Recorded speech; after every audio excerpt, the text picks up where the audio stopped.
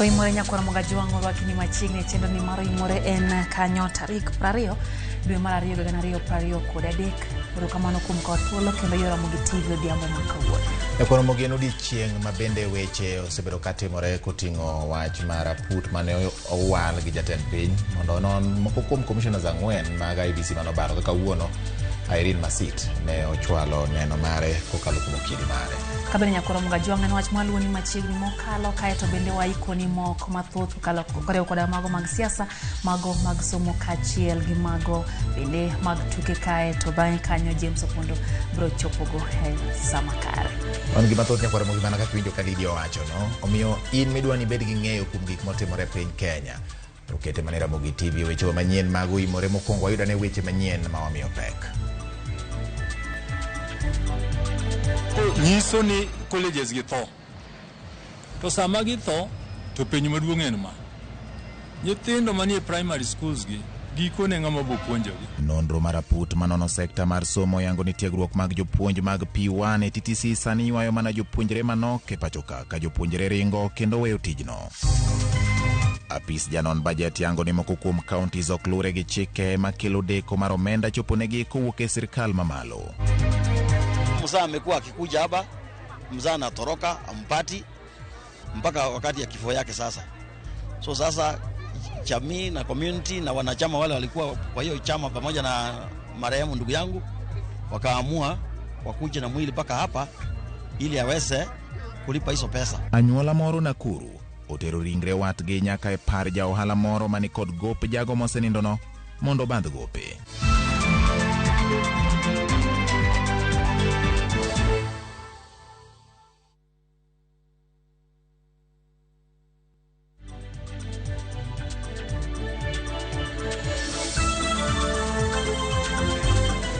Orwakini machiegni nyakwara mogajuang mantiere kanyo gi Winnie Adoyo malokona weche gi bethuolo matudi kodwa kanyo layo marote machuok 2-3-6 ka bende wantiere mbui Ramogi TV kanyo Facebook live bende wantiere YouTube kachiel gi Twitter nyiswa pachi odhiambo makawuono kotendo gi mago mwaikoni e chendo ne mar OIMORE. Nyinga Lydia Okeyo. Machiegni nyakwara Ramogi nyinga en George Bati. Wang'e mago motende gi weche mag nonro ma ogol kata duoko ma ogol ewi report mar ng'iyo ni tang'o momiyo omenda kata kwayo mag counties ka gidwaro omenda magitigo e chopo dongruok ok puodh mapiyo.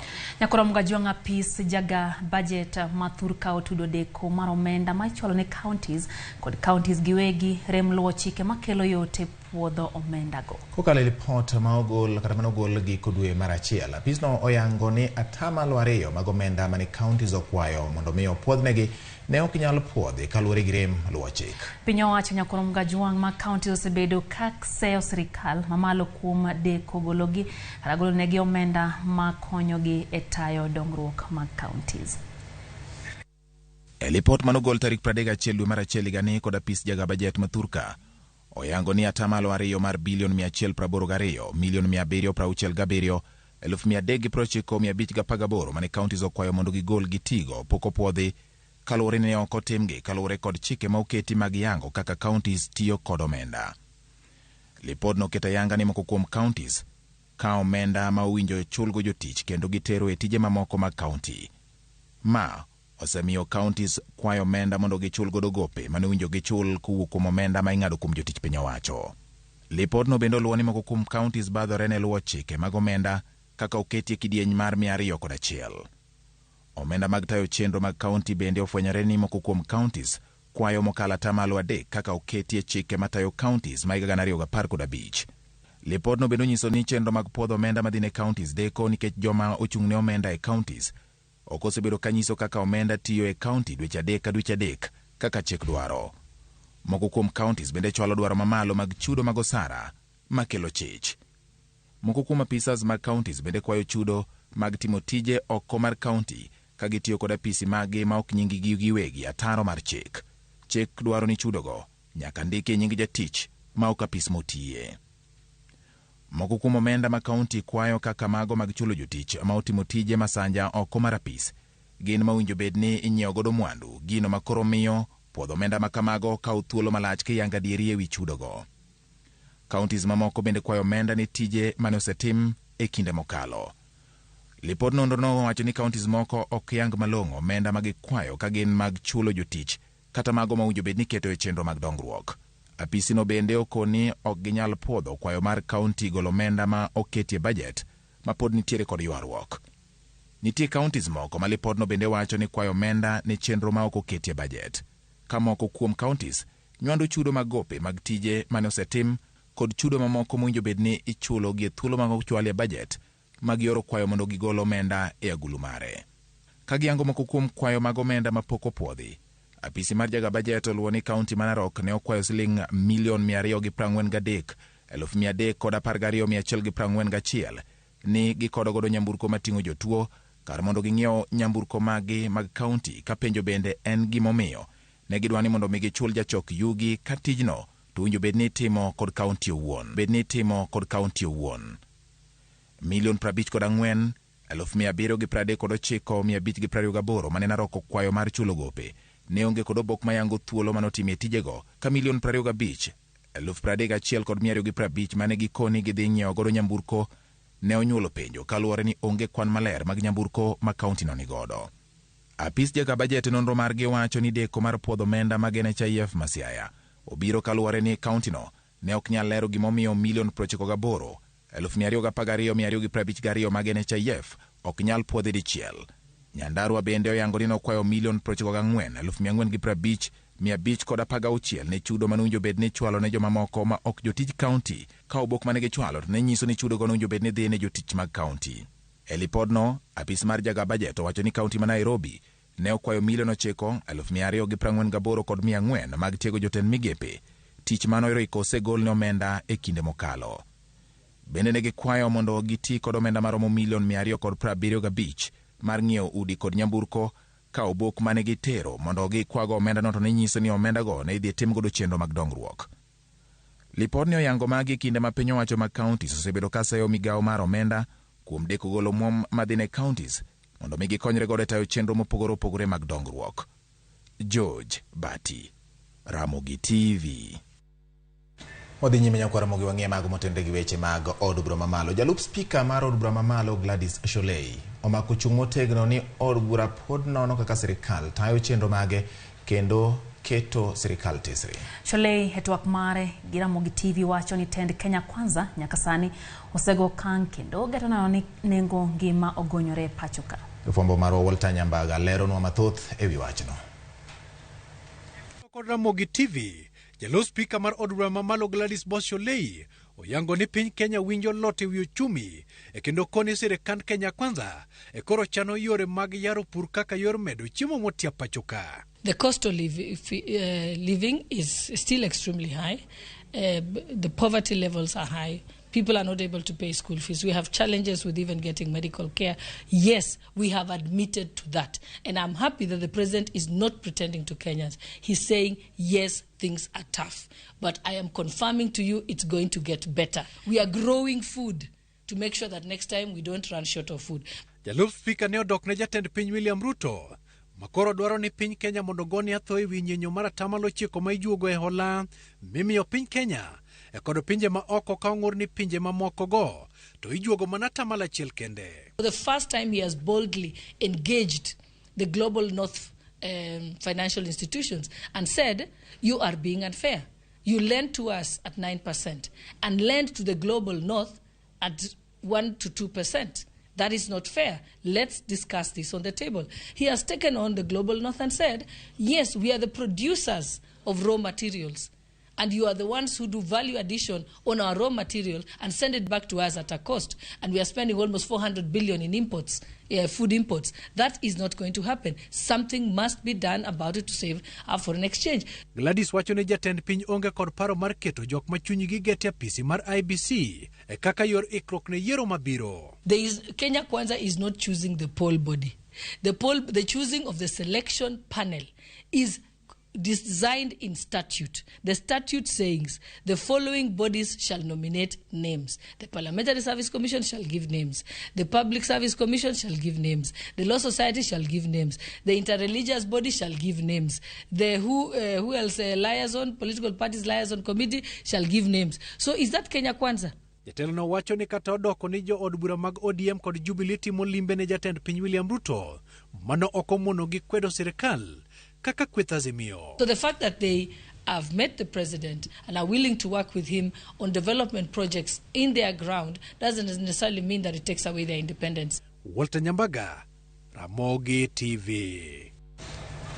Kwa ng'eyo mago motudre nyakora mgajwang kod wechego mag yiero kata duol mar IBC, Commissioner mar IBC mochungi e tich Irene Masit nochopo nyima put matimo nonro ewi commissioners ang'wen mag IBC mano obalo gi duoko ma jatend piny Kenya e yiero mokalo mano machiwo duoko mare e nyima pudno. Kokalo kuom okil mare Donald Kipkorir, Masit oramo ni bura mano makne no ne ochwal mana gi weche mag siasa ka oramo ni en owuon to onge ketho.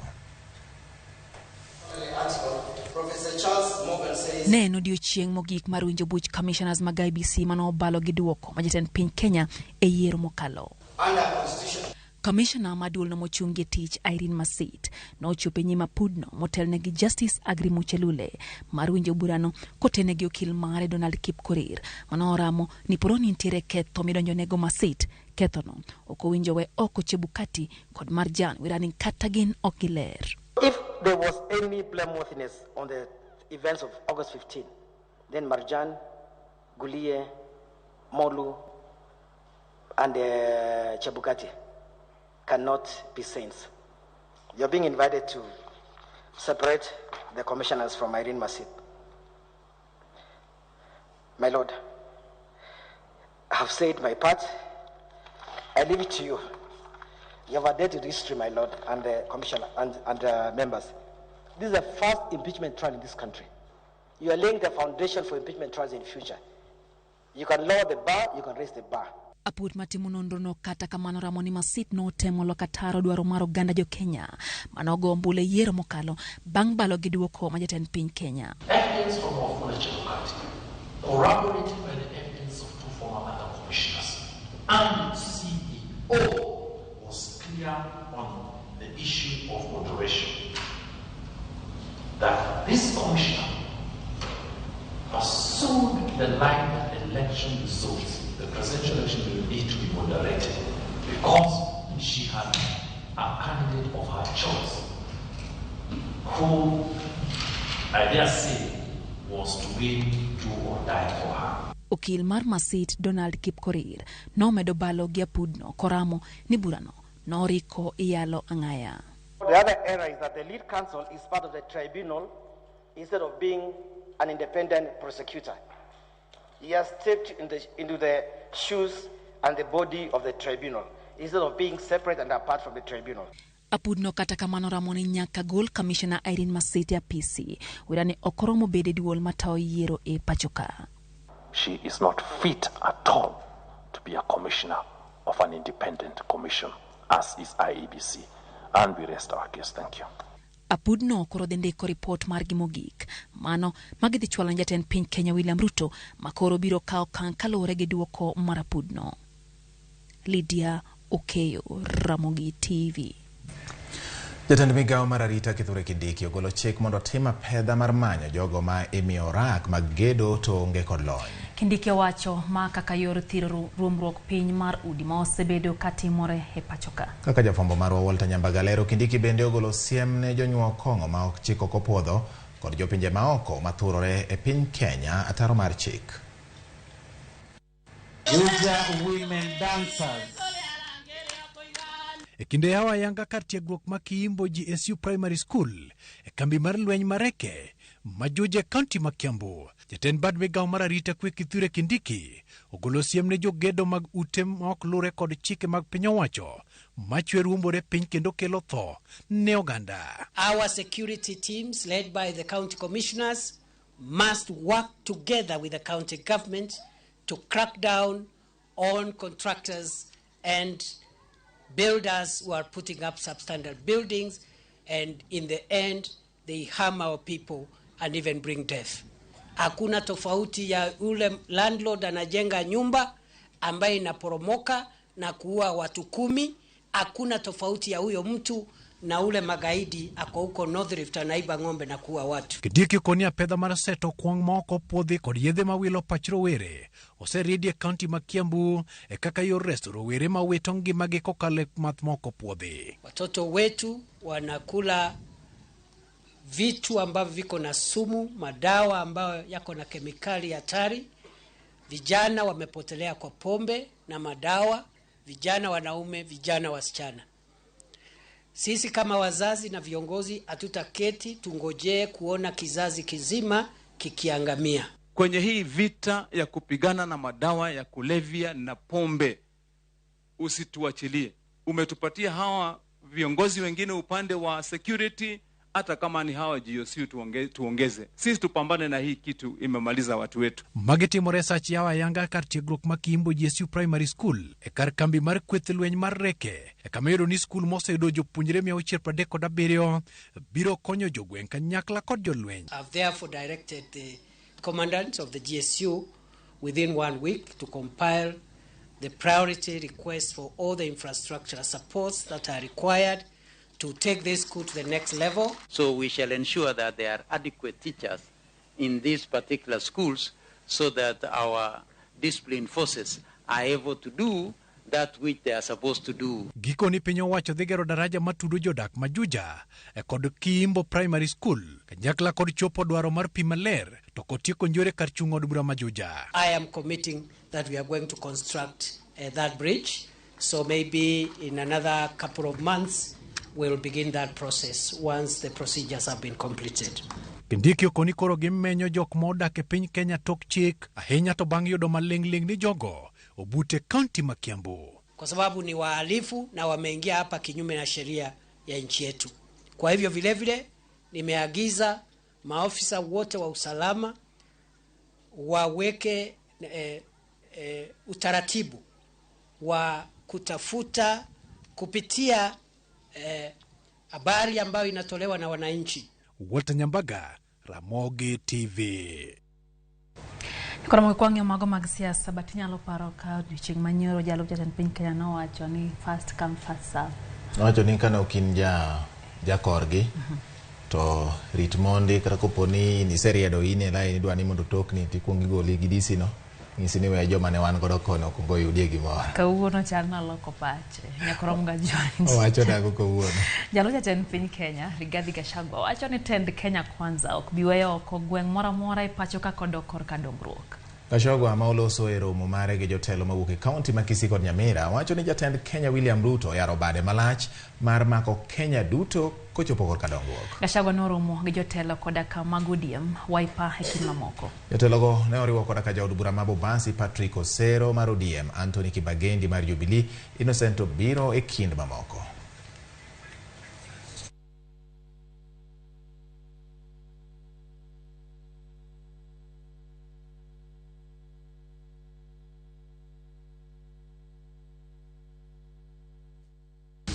To move on as a country, and it is the intention of the president that we go together with the Kisii people.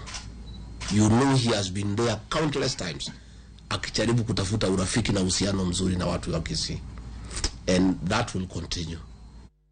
Samoro pi nyalo ya mongo. Yeah. Opuk bende nyalo bedo mapek ni otenga. Koro kopuk pek ni otenga to tenga lwaro opuk. Osur mos gi kode kodhi nyime gi gimane. Koro wadhi mago motende gi weche mag ODM e gwenge magem. Kamwado ne ywaruok pod omako tend ODM e kar chung od bura magem e wi limbe mayande jaod bura magem Elisha Odhiambo bedogo gi jatend piny Kenya e giko juma mokalo. Josiasa moko mag ODM yande ne ondiko ne tend ODM mondo mi ogol Odhiambo e register mar duond bura. Kara kamanya koro mga juang bang' romo matend ODM bade magem kautelne kod jakom Kalibalo jotelo go wuok oko ka koro wacho ni jaod bura no pod ni e thuolo mare ma kendo nyaka koro giriti yiero machielo.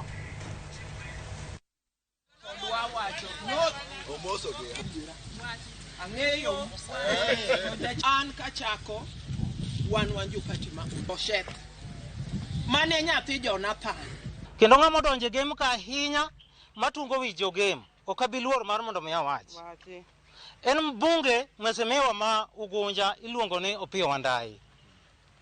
ng'at makoro kawo keto nubedo jakom kane mae wang'eyo ne en wuod waigi nomiye tiket mar ODM gi thuon ka jopiny ok dware North Game omiyo ja Federal Party obiro boyo ombe general election koro akwayo no we tam mondo National Election Board uluong yiero mondo wabedi ofis ka mondo ji oyier mondo ayombe odiochieng' alanga koro koni Elisha e patron mar ODM game ok nyal gole bende ok bi gole achako wacho nyaka waluor Elisha nyaka waluor Raila Amolo Odinga kaka wa party leader wang'eni siasa ma 2027 osechakre to wan wakwayo ni Niko Chola Lolombe gi Kawuor gin joma ne jopiny oseng'udho gin joma jopiny oseng'udho political rejected gin joma obedo rejected omiyo adwa nyiso jok ma chunygi gombo bedo e telo mar ODM yiero mar party chiegni giikre wabwarad korgi head on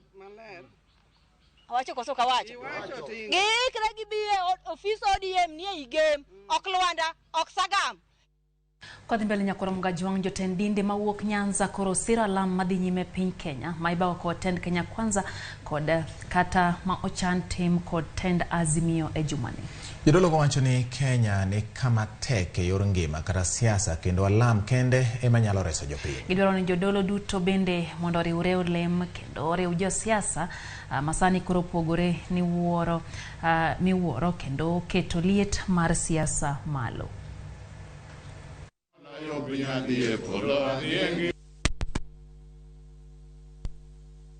I just want to say, as I invite the bishops and also to bring our community. We have the responsibility to pray, reconcile them, bring them together. On the side of the prayers that will be at Jivanji, it is right that the opposition is also recognizing the importance of prayer. It is through prayer that any nation can come back to God. It is not just a matter of praying and fasting, but it is a matter of repenting, coming back. We pray for peace to be with the people in the government. We pray for peace to be together with the people who are working in the hand of opposition. But we know God has united the people of Kenya, and God loves Kenya. Koromogen dakika pago chiko bang sadek marotieno chendo OIMORE omedo kelo ni weche go manyien ka bende nyalo paro ni ntiere yiengni mar piny mosebedo katimore e piny Turkey kata kamano ntie mago mosieko sani bati.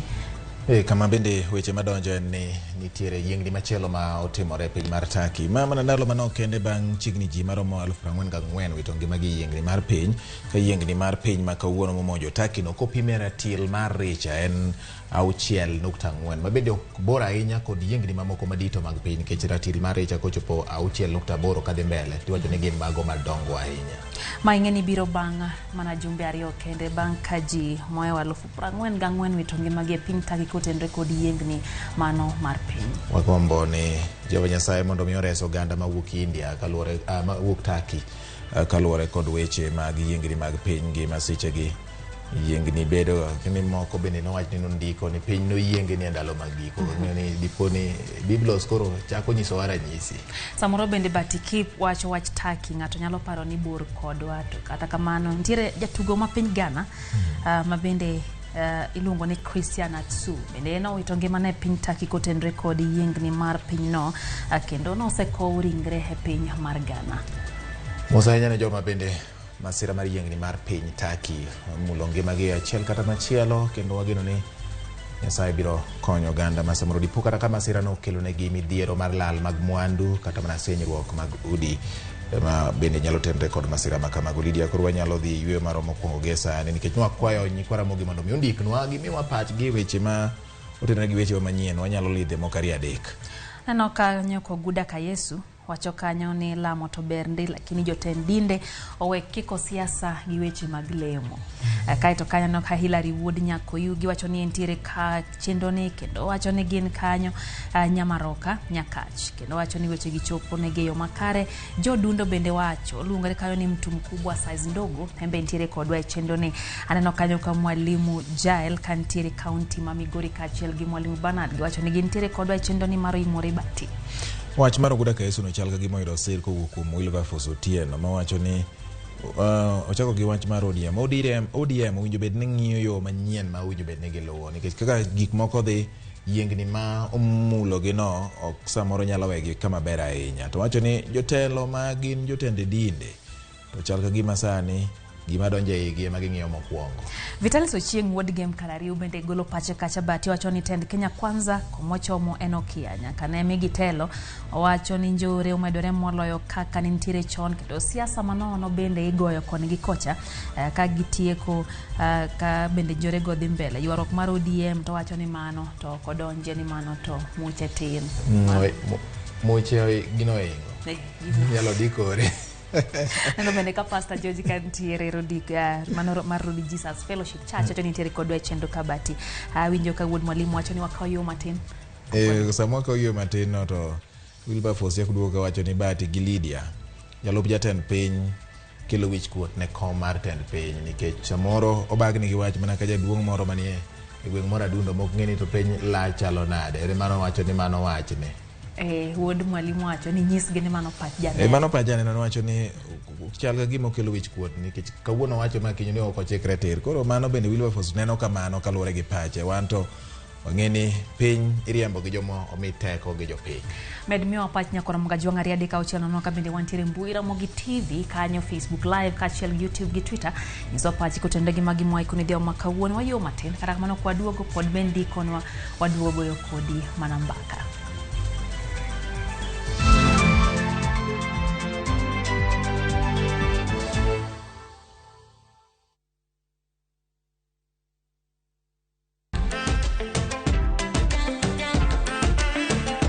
From Nairobi's trendy street food kitchen to the bustling sounds of Accra's nightlife,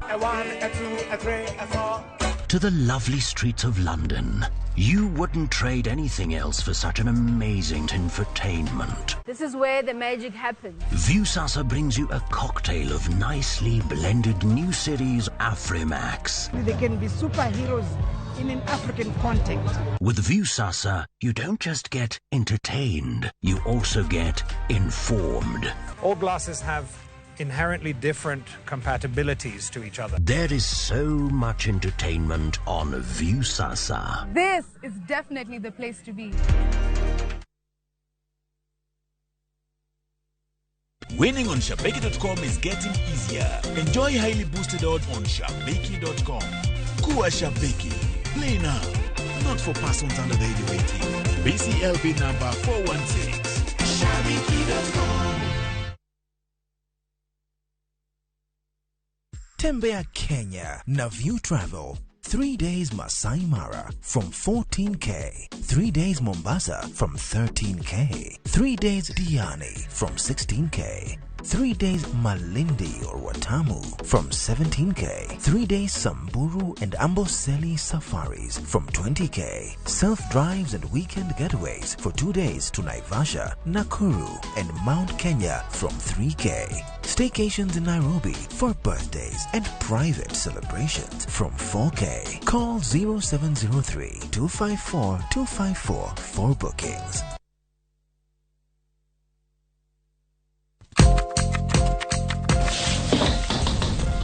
Nyakora mugejuan chiemo en gino makelo kanyakla kendo inyalo dhi ka ng'ato to tedo ni kit chiemo mamit. Ma koro ni chapat ma kiyeche kamae. Nyororo zaidi. Kata kamano wi nyalo wil ni kit chiemo no oted e yo machalo nade. Chweko kila ng'ato nya chweko. Ng'ata en chef e piny ka. Kata muro pien chweko. Mane momiye chenro matedo gi chiemo watedo kod jotedo matene koda kama nyasani. Kendo makama ikelo ni pile ka pile ching tich adek kod an Joyce Oduor.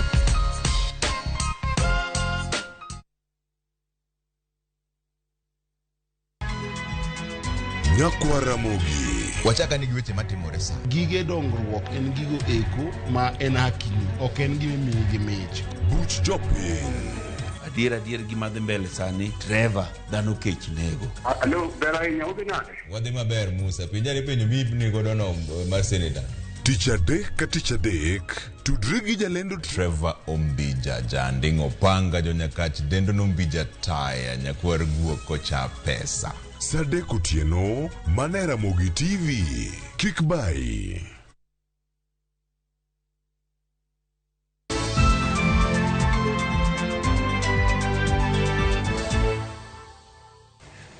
Wadhiane nyime kendo kotende gi weche ma wakelo ni weche manyien mag OIMORE. Wadonj kore weche mag somo. Kuonde tiegruok mag jopuonj primary midendo ni TTC chal ka gima podho. Kora mga jwang makalure kod lipot maraput manochuogi kod jatend piny Kenya mondo rang wechego mag somo. Lipot no lero ni atamalo 85 mag jopuonjre ma owinjo donje kuonde mag tiegruok go ok osebedo ka kwayo thuolo mag somo. Bende luoro koro nitie ni jopuonjre mag primary nyalo koso jopuonje higni go mabiro. Judith Omondi ni kod ler mar wachno. Oken wach manikare niwach colleges go ne kao students maromo chiegni 26,000 to sani jogo manie college samo weni gin 300,900 ka. Ne gin jogo makoro tiegre mondo bi opuonj nyithindo. Seme Teachers Training College monego kao jopuonjre malongo. Tidhi yudo ni namba mar jogo ma jopuonjre college ma Seme Teachers Training College thin ni namba ma jopuonj monego puonjgi. Ugenya Teachers Training College en ranyisi machielo. Magi malingling masani okwako kuonde tiegruok mag jopuonj primary mag piny owacho ma pacho kae. Malingling gi ofweny kod aput mane oyier kod jatend piny Kenya e rango chenro mag somo e pacho ka. Lipodno mane ochwal ne jatend piny Kenya tich ang'wen ma okalo lero ni e kwan mar kuonde tiegruok 34 mag jopuonj primary ma owinjo rwak jopuonjre 26,650, jopuonjre matin 4,000 kende ma nyaka sani donjo e skunde go. Kuonde tiego jopuonj diploma magin 3 owinjo rwak jopuonjre 3,600 ka nyaka sani 1,293 kende ma oriwore mar somo diploma e puonj. Jagoro maduong' mar riwruok mar jopuonj mar NAT mano Collins Oyu ywak ne sirkal kuom jwang'o jopuonj, wach ma okoni duong'o chuny ji e timo tiegruok mar puonj.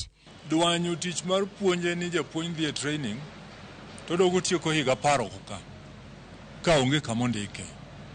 Wan nyaka gi jopuonj moseromo higni 45 ma king'iyo higa ma ng'ato yude retirement nyiso ni japuonj ni kondik sani to dhi tiyo higa 15 kende.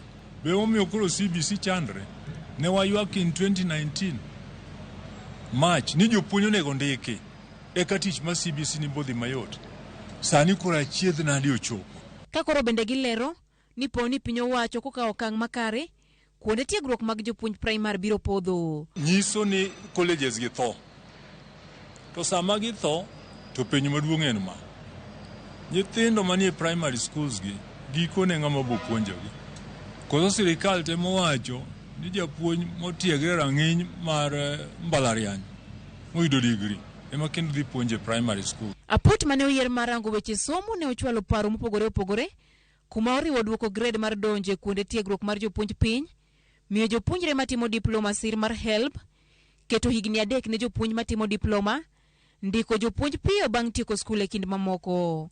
Apudno ni kod matin ne dwe achiel mondo mi gigol lipot moriere mabiro chwalo paro mopogore opogore ma owinjo timne sekta mar somo ma pacho kae. Judith Omondi, Ramogi TV. Kwa the county Manakuru nyakora mga jwang jodak mabondeni e county Manakuru mayudo buok bang' anyuola moro dhuro ringre jago moro e kar tich mar jal moro mawachore ni nyocha nigi gop jago monindono. James Okoth nigi mathoth ewi wach manomako dho oganda modak kanyo.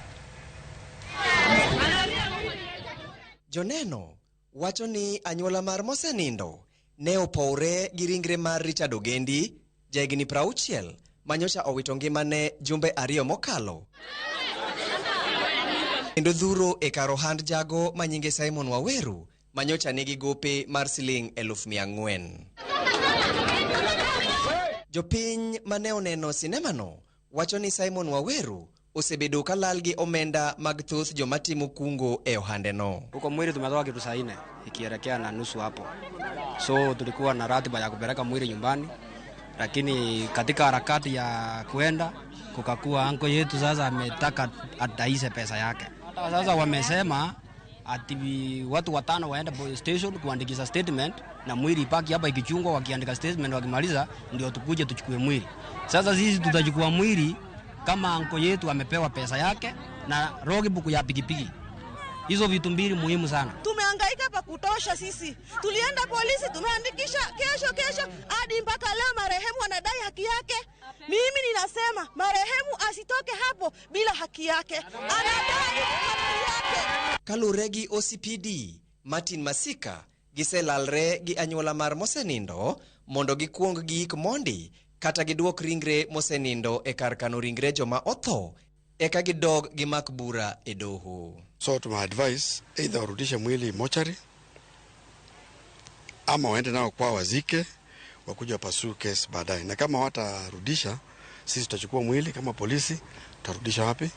Tutarudisha mochari, kwa sababu hataki wananchi wako na hofu. Jagowi Simon Waweru ne osusre molal Meru esiche mane anyuola no ochopo okinyi makawuono komandre gi sanduk moting'o ringre mar mosenindo. James Okoth, Ramogi TV. But penjo ma ayudo kani ponono ni jal mane nigi gup ng'ama endo no chiwo pe omenda no tere kanyo. Ka ng'ama no nigi gowi chiwo omenda. Don kodi golo ng'ama no dhi bendo ma en ringre ng'ama otho. Idhi mienga. Omenda no kore miyo. Ka en gi nyithinde to nyalo konyo nyithinde. Koonge go samoro anyuola nyalo chamo mwandu. Mani ok ang'eyo Lydia mano nyalo chopo kama wacho ni jogowi koro biro bandi. Jolo wacho samoro ni jogowi nitie bandi nyaka gi joma otho. Karamoga Jwang en wach mabende nomako dhoganda e kaunti no ma Nakuru. Wadhi mbele batiterwa e kaunti ma Migori. Ka wadhi Migori Nyakaramogi wang'e motende gi weche mag tiegruok ni bang' rito kuom kinde maloyo higa achiel kar tiegruok mar jochiw thieth ma wendo KMTC ochako kawo jopuonjre. Ka tiegruok ni Nyakaramoga Jwang monego bed ni chiwo tiegruok e kos ma opogore koro dhi mana chako chiwo tiegruok e kos ma otisi ni community health assistant e ngas mar certificate ni mar kos mamoko poko puodhi gi sirikal kendo jopuonj bende poko kel manyalo puonjogi. Jafwambo marwa ma Migori Jojo ma miyowa ler mar wachni. Tarik 2 mar dwe mar 10 kod 2 mar higa mar 2011 kar tiegruok no mar jochiw thieth ma ong'ere kaka Kenya Medical Training College e bade ma wendo ne oyaw ayanga bang' gedo mare ne rumo kod ogai mar ODM Raila Amolo Odinga e nyasi manochope kod apisas opogore e migawo mar thieth. Higa achiel bang' yawo kar tiegruok ni osebedo kochalo gunda ka onge chenro mag tiegruok ma osebedo ka dhi nyime. Gino bende osebedo ka kelo penjo mopogore ka wuok kuom oganda.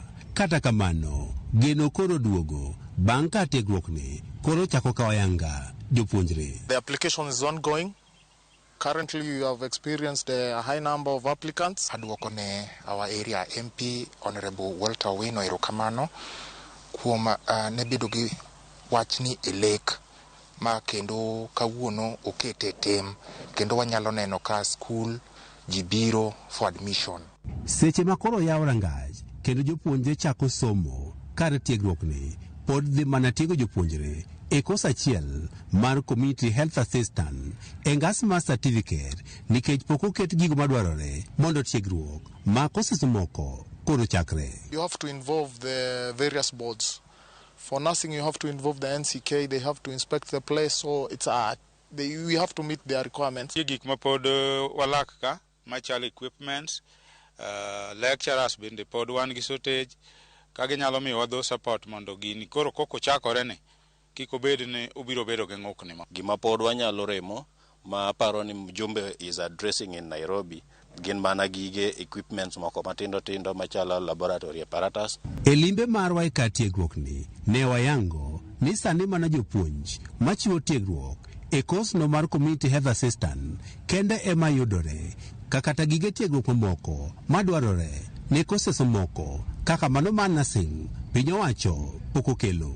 Hatuna enough facilities lakini with the office of the MP tunalaya pamoja alafu they support us. Office Mjumbe mawendo Walter Wino oselayas kod office mar jo KMTC board bende osewuoyo gi county government ma Migori ma county oyie miyowa some lecturers. Agucho omenda ma kachbodo ma wendo bende sani koro kawo ting' mar chulo omenda nus ne jopuonje 50 mokwongo machako somo e kar tiegruok ni. Mane gineno ni wanyalo chako godo en mano, and from awendo en GCDF wasewinjore ne wadhi miyo nyithindo 50 mokwongo half scholarship. Half scholarship en ni wadhi chulo negi nus fee monego bed ni gichulo e higa achiel.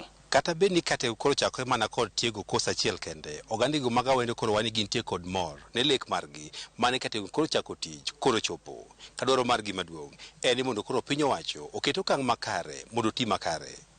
George Juma, Ramogi TV, Migori. Wadhi gwenge mar Rongai nyakwaro Mgajwang jodak ma Athi River North Ward kod jodak mar Rongai nobago ng'anyo ma ochudi no ndara ma ochomo kembe moko abiriyo maloso simiti. Giywak ni loche kembe go kalo e puothegi kendo ketho cham kanyakla kod nego chachgi. Ng'wech mar loche go bende koro jodak go ywak ni kelo bur mokalo masani koro medo tuoche. Jogo koro kwayo piny owacho mar kaunti kachiel kod piny owacho mamalo mondo mi odonjre wachno mondo resgi gi gedo mar ndara no ka gisingo ni ok gibiweyo ng'anyo nyaka winj ywakgi.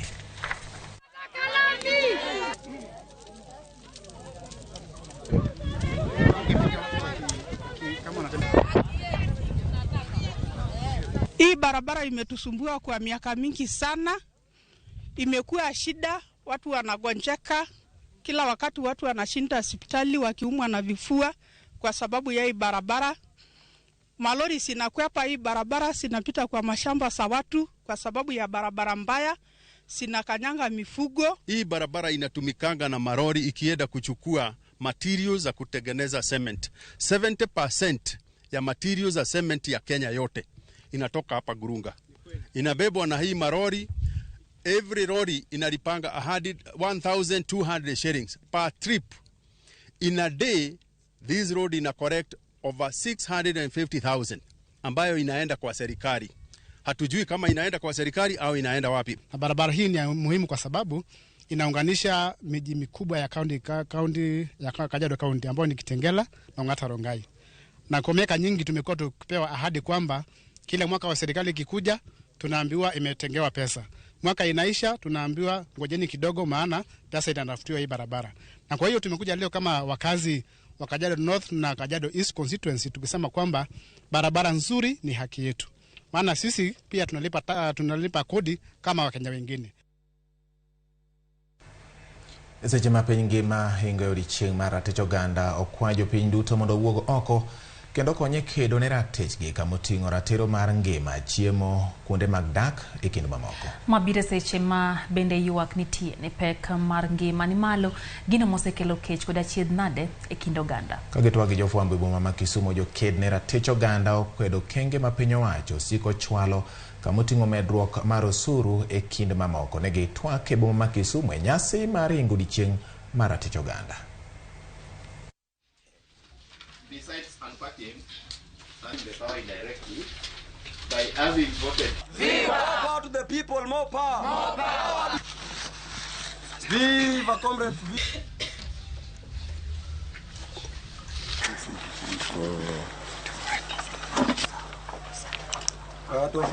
Bedo gi chiemo e mesa en ratiro marwa kaka Jo-Kenya. Bedo gi arita makare en ratiro marwa monego wabed go kaka Jo-Kenya duto. Ngima maber, pi, puonj kod weche meka udi en ratiro marwa kaka Jo-Kenya. Koro wakwayo sirikal mantie sani be ok wakwa wanyisogi ni kaluwore gi gima ne giwacho seche mane gidonje e loch margi. Ne giwacho maber ni gima biro duogo piny. To kaka waneno ngima sani ok onen ka gima duogo piny, oneno mana ka gima dhi malo. Koro wawacho negi ni kaka Jo-Kenya ok wabibet piny ka gik ma richo timore ne jowa. Ok wabiling, wabiro wuok oko kendo wabiro go koko kuonde te mondo wawach ni wadwaro mondo ngima oduog piny mondo Jo-Kenya obed e ngima mowinjore kaka dhano mantie piny moro. The government has not committed itself to effectively lowering the prices of food and basic commodities. Further, the ever-increasing taxes pushed by the government's desire to increase revenue collection have pushed the cost of living to a 5-year high. We, the Social Justice Center's working group, hereby call upon the patriotic citizens of Kenya to rise up and demand for economic liberation and social justice for all.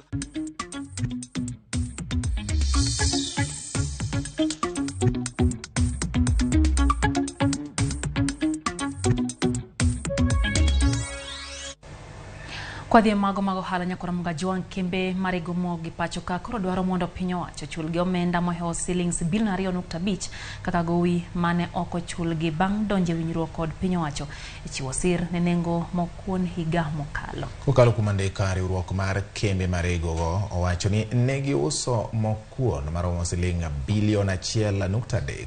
Kata kamano nyakora mga juang pinyo wacho mochulogi mana shillings bilion 1.8. Chenro mar chiwo sir ne mokuon nochaki tarik 21 dwe mar 7 nyaka tarik 17 dwe mar 8 higa mokalo mar mondo ne mi jo Kenya yot e chudo mag mogo.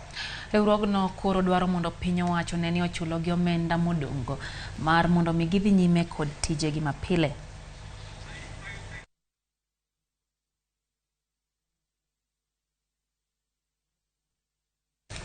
Wadhinyime gavana mar kaunti ma Siaya James Orengo chakayanga chenro mar keyo kodhi mag pur ne jopur mag kaunti no matiyo kod tingni manyocha ne piny owacho osekelo. Gavana Orengo maonolose log tich mare wacho ni okang' mar keyo kodhi mag oduma maromo tan 158 biro konyo jopur pidho cham ma opuodhi gi jolony. Orengo wacho ni okang' makamano dhi konyo Siaya jiwo tie mar chiemo kabende osingo ni jopur biro yudo mbolea manengone oyueyo.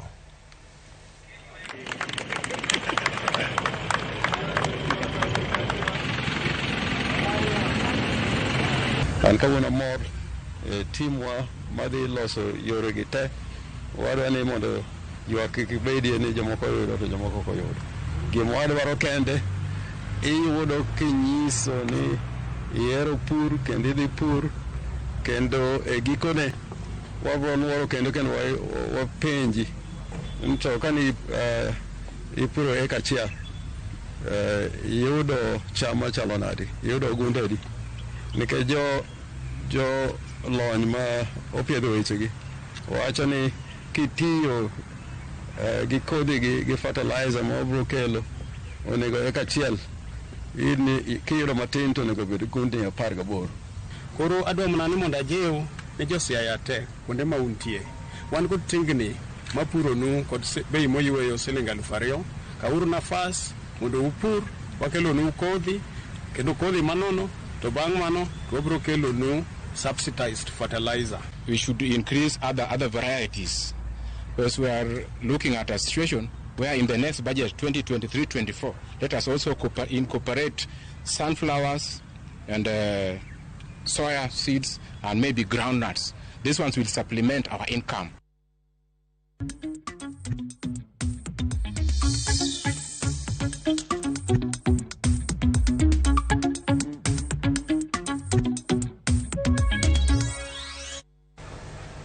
Koromogno anyisi kanyo ni waiko ni weche mathoth koreo kodaka mago mag tuke kapok wakelo James Opondo e wang' jowi bati ujibeni wa yo matin kata kamano singo ne nyakora mga juang ni kodwa mbaka Collins Owadi mano kantiere Bondo Siaya County wacho ni jagowi no yana matek mokalo kata wacho ni owuoro kaka maiti bende kodi dendo. Mano wacho bende wach kagi Matthews Onyango wacho ni Musna Lydia wuoro ni maiti bende ter bandho gowi koro jogowi nyaka chudi sani ok bibedo mayot mbele ka gowi nyaka chul bwana dawa ya deni ni kulipa. Wilfred Odero bende nyiso ni nitiere kod wechendo ni nyakoro mga juang kae taneno kanyo ka bende Monica Chieng mano kanyo japako kantiere e county ma Eldoret kata gwenge ma Eldoret county ma Nakuru wacho kanyo ni embe nitiere kod wechendo ni sechegi.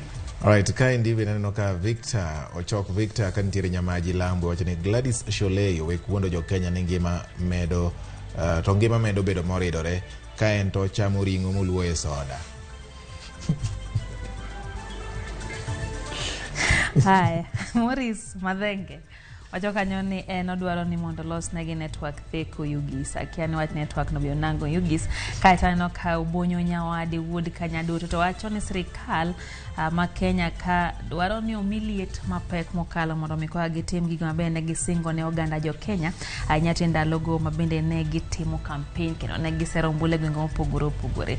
Nano kanyo ka bende Sidiman wacho ni nitiere kodwa ka Jojo Duoka ka wacho kanyo ni en bende nitiere kodwa e chendo ni Bati kaito Kevin John to wacho ni aor ni mos kanyo kato nitie paro mogul kae bende gi Otis Nyakwar Nyawadi wacho kanyo ni entiere sindo mwalo Ramogi chope yo makare kaeto Isaac oluongore ni Isaac Jazimio wacho ni okwan muofni shule we wuondowa.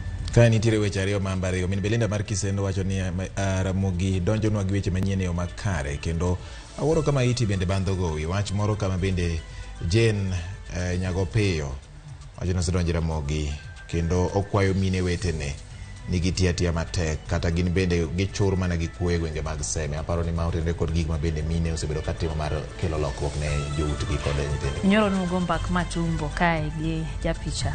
Aneno ka Michelle Adhiambo wacho ni anyisu udhu nene gwenge ma Kanyiboko West Imbo dage Priska oloso nurech koro kutieko to mchop kona kiana mchop na hoyo matenya kora mga juang kwa duogo kanyo gi mago mag tuke mabidhi kelno kanyo gi James Opondo.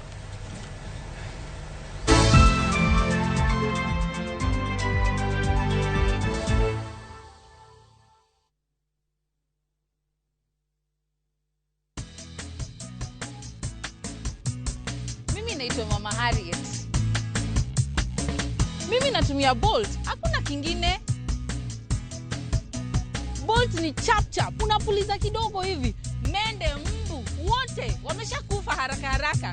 Bolt ndio kiboko yao. Bolt kills them fast. The only insecticide made of 100% natural Kenyan pyrethrum grown by local farmers from tropical brands. Female genital fistula kata FGF en tuo ma ikelo kod muoch ma oremo kuom kinde malach ahinya to koka okang' mapiyo mar manyo thieth ma nyalo kelo mol mar oko matin gi maduong' ma ok chung. Kik ibed gi luoro. Fistula inyalo geng' kendo nyalo thiedhore. Mondo mi otiek magi duto, Royal Media Services, apis mar jaod governor mar county ma Migori, M-Pesa Foundation kachiel kod Flying Doctors Society of Africa sani kwayo mine ma odak kod tuo mar fistula mondo wuogoko ne thieth manono mar fistula mabiro timore tarik 24 dwe mar 2 higa ni endi nyaka tarik 3 dwe mar 3 higa ni endi e Migori County Referral Hospital. Kanyakla waduokuru nyadhi gi geno ne mine ma odak kod fistula. Shinda mamili na Shabiki Jackpot Mbao. Pata bonuses nzito na Shabiki Jackpot Mbao. Cheza sasa na shilingi 20 tu. BCLB number 416. Shabiki.com.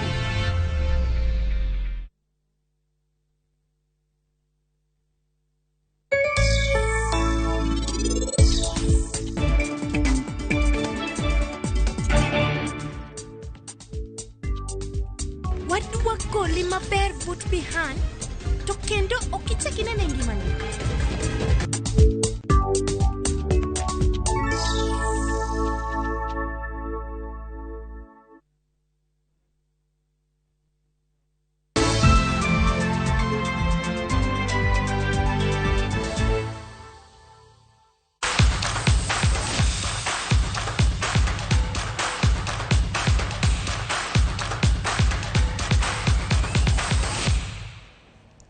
Machiegni nyakora mogo jiwange weche mag tuke midhiambo makawuono. Nyinga en James Opondo.